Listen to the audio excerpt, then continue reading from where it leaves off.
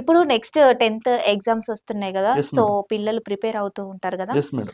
వాళ్ళని ఎలా మోటివేట్ చేయాలి? అంటే ఎలా ప్లాన్ జేసుకోవాలి? వాళ్ళు ఎగ్జామ్స్‌ని ఎలా అంటే స్ట్రెస్సు అవును. ఇదంతా లేకుండా ఎలా ప్లాన్ చేసుకుంటే మంచిగా రాయగలరు? Yes madam. ఆల్రెడీ 10థ్ క్లాస్ స్టార్ట్ అవ్వి చాలా 10థ్ క్లాస్ స్టార్ట్ అయ్యి 1 ఇయర్ అయిపోతుంది. 9 ఇయర్స్ బట్టి ఆళ్ళు హార్డ్ వర్క్ చేశారు. హ్మ్. ఈ 9 ఇయర్స్ ఎవరికీ తెలీదు వాళ్ళు. వాళ్ళేంటి అనేది ఆ చుట్టుపక్కల వారికి తెలీదు. ఆళ్ళ మార్క్స్ కూడా ఎవరు అడగరు. సొసైటీ కూడా అడగదు. బట్ ఈ 10థ్ క్లాస్ రిజల్ట్ వచ్చిన తర్వాత అందరూ అడుగుతుంటారు. అవును. ఆళ్ళ పేరెంట్స్‌ని కూడా మీ అబ్బాయికి ఎన్నొచ్చాయండి?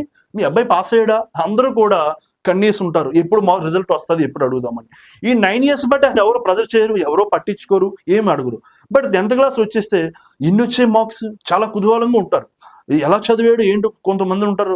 ఎప్పుడు చదవడం మరి ఎన్నొచ్చాయని తెలుసుకొని ఉంటారు. హ్మ్. సో ఇప్పుడు వాళ్ళకి చెప్పేది ఏంటంటే ఇప్పటి వరకు చాలా హార్డ్ వర్క్ చేశారు. అలా 9 ఇయర్స్ హార్డ్ వర్క్ మీరు ఈ సంవత్సరం ఈ ఇన్పుట్ మీరు ఏదైతే ఇన్నాళ్ళు ఇచ్చిన చాలా హార్డ్ వర్క్ మీ రిజల్ట్ ఈరోజు 10థ్ క్లాస్ సర్టిఫికేట్ మీకు ఎంత వాల్యూ తెలుసు. Wear ever you go life long 10థ్ క్లాస్ సర్టిఫికేట్ వద్దు. సో ఈ టైంలో ప్రిపేర్ అవ్వేంత వరకు చాలా హార్డ్ వర్క్ చేశారు. సో ఇప్పుడు కొత్తవి ఏం చదవకుండా రోజుగా రివిజన్ చేయడం అండ్ ఒక టైం టేబుల్ ప్లాన్ చేసుకోవడం ఈ మంత్ అంతా చాలా ఫోకస్డ్గా ఉండాలి. ఇప్పుడు వరకు చాలా మంది చదవడానికి కూడా ఇప్పుడు హార్డ్ వర్క్ చేస్తే సరిపోద్ది. ఇప్పటి వరకు ఏం బుక్ తీయని కూడా ఈ 10 డేస్ గట్టిగా హార్డ్ వర్క్ చేస్తే తన కాన్ఫిడెన్స్ బిల్డ్ అవుతుంది. ఫస్ట్ రోజుగా ఒక టైం టేబుల్ పెట్టుకొని ఉదయం లెగడం అండ్ వాళ్ళ ఫుడ్ కూడా చాలా ఒక మంచి ఫుడ్ వాళ్ళకి ప్రొవైడ్ చేయాలి ఈ టైంలో. ఎందుకంటే చాలా ఎనర్జీ అవసరం. వాళ్ళు చాలా కాన్సన్ట్రేషన్ ఉంటుంది. ఒక సబ్జెక్ట్ కాదు. ఎందుకంటే ఒక మాస్టర్ వస్తారు, ఒక సబ్జెక్ట్ చెప్పేసి వెళ్ళిపోతారు. బట్ ఇక్కడ వీళ్ళు అన్ని సబ్జెక్ట్స్ కూడా మెమరైజ్ చేసుకోవాలి. సో ఖచ్చితంగా వీళ్ళందరూ వీళ్ళు 10థ్ క్లాస్ ఎవరైతే ఉన్నారో రివిజన్ అవుట్ బాగా ప్లాన్ చేసుకోవాలి. ఒక షెడ్యూల్ 30 డేస్ లేదా ఒక 50 డేస్ ఎంతవరకు ఉందో రోజుగా షెడ్యూల్ ఈ రోజు ఇది కంప్లీట్ చేసేయాలి. సిలబస్ ఇది కంప్లీట్ చేసి ఇప్పటికప్పుడు రివైజ్ చేసుకొని మెమరైజ్ చేసుకొని బుక్ పక్కనేటి ఒకసారి మెమరైజ్ చేసుకుంటే ఎగ్జామ్లోకి వెళ్ళి చాలా బాగా రాయగలుగుతారు. ఎగ్జామ్లో సో చాలా కాన్ఫిడెంట్గా ఉండాలి. What ever it may be నేను చేయవలసిన 100% ప్రయత్నం నేను చేశాను.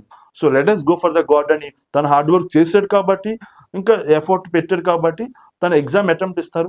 So let us and I always say that one exam cannot define our life. 10th class పోయినోళ్ళు చాలా మంది సక్సెస్ అయిన ఉన్నారు. ఇంటర్మీడియట్ పోయినోళ్ళు సక్సెస్ అయిన ఉన్నారు.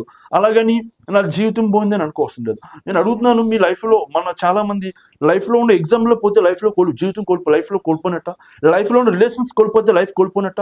నో. లైఫ్లో ఉండే ఎగ్జామ్స్ కోల్పోతే లైఫ్ కోల్పోనట్టు కాదు. లైఫ్లో ఉండే రిలేషన్స్ కోల్పోతే లైఫ్ కోల్పోనట్టు కాదు. Those are the part of life. Success అనేది సో వస్తుంది, 1 డే కాకపోతే 2 డే వస్తుంది. బట్ జీవితం కోల్పోయినట్టు కాదు. ఎగ్జామ్ పోతే లైఫ్ కోల్పోయినట్టు కాదు. One exam cannot define your life. Be confident.